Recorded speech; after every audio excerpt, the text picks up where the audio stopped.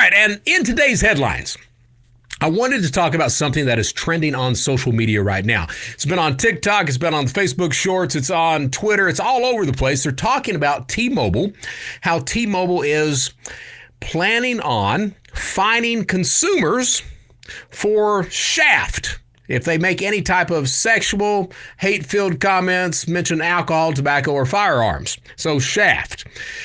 Here's the thing. That is not completely accurate what they're talking about in social media right now.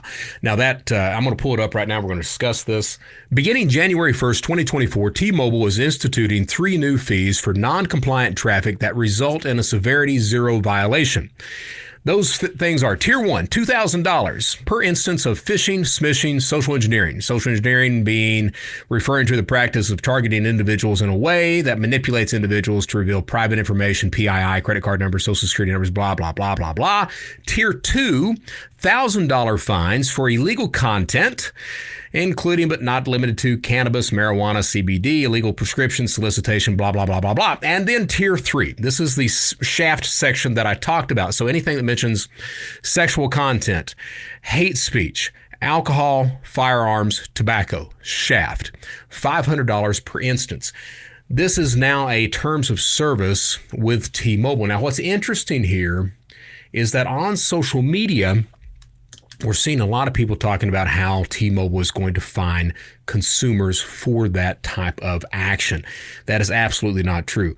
This is aimed directly at business to business. That's all it's aimed at. Now, why am I talking about this?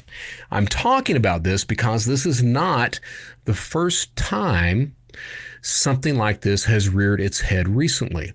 Just last November, I'm going to share screen one more time. So just last November, PayPal, it came out in the news that PayPal was planning on fining consumers for any type of misinformation that they may have posted on any social media platform whatsoever. That was part of the terms of service that PayPal was going to come out and make users of PayPal adhere to, $2,500 per instance of misinformation. There was such hubbub about that PayPal quickly backtracked on that. Now, the reason I bring this up, we have this thing called the First Amendment, freedom of speech.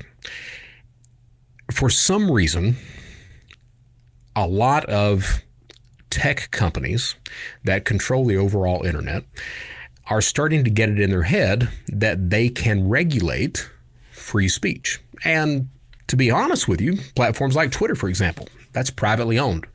Elon Musk can allow whatever the hell he wants to or not allow whatever the hell he wants to on that platform. There's an issue, though, when you're starting to fine people for posting, say, hate speech. I think we can all agree on what some hate speech is, but not what all hate speech is. And it becomes a very scary, slippery slope when you've got a private corporation that operates for profit deciding what can or cannot be said, or what is hate, what is not hate, what's allowed, what's not allowed throughout the internet.